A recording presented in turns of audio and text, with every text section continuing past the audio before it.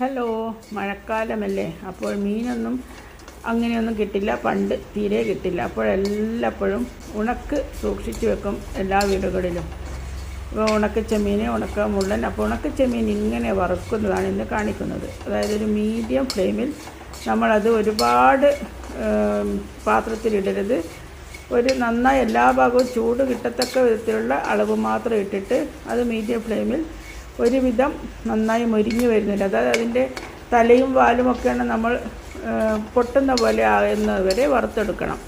വറുത്തെടുത്തത് ചൂടോടുകൂടി തന്നെ നമുക്ക് അതിൻ്റെ കരിയുന്ന ഭാഗം, തോല്, അതിൻ്റെ വാല്, മീശ, അതായത് കുത്തുന്ന ആ ഭാഗമൊക്കെ നമ്മുടെ വയറ്റിൽ പോയാൽ വേദന എടുക്കും എന്നാണ് പറയുക.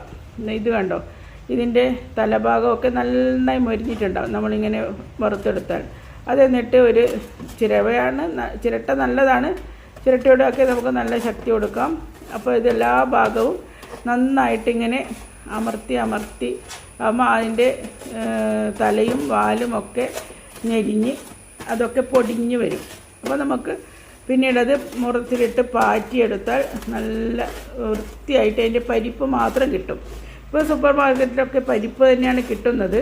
പക്ഷേ എന്നാലും നമുക്ക് പലപ്പോഴും ഷോപ്പിൽ നിന്നൊക്കെ വാങ്ങുമ്പോൾ പരിപ്പല്ലാത്ത ഇങ്ങനെ തോടോടെ ഉള്ളത് കിട്ടും. അപ്പോൾ അതിങ്ങനെ വൃത്തിയാക്കി പാറ്റിയെടുത്താൽ നല്ല ചെമ്മീൻ പരിപ്പ് കിട്ടും. ഇത് രണ്ടാമത്തെ പ്രാവശ്യം ഞാൻ വറുത്തതാണ്. അങ്ങനെ ആദ്യത്തെ പ്രാവശ്യം വറുത്തതും രണ്ടാമത് വറുത്തതും എല്ലാം ചേർത്ത് ഇനി ഇഷ്ടമുള്ളപ്പോൾ ഇത് കറിയിൽ ചേർത്തോ ചമ്മന്തിയാക്കിയോ എന്ത് വേണമെങ്കിലും ആക്കി കഴിക്കാം. ഇങ്ങനെ ആക്കി ഒരു പാത്രത്തിലിട്ട് അടച്ചു വെച്ചാൽ എപ്പോഴും ഉപയോഗിക്കാം.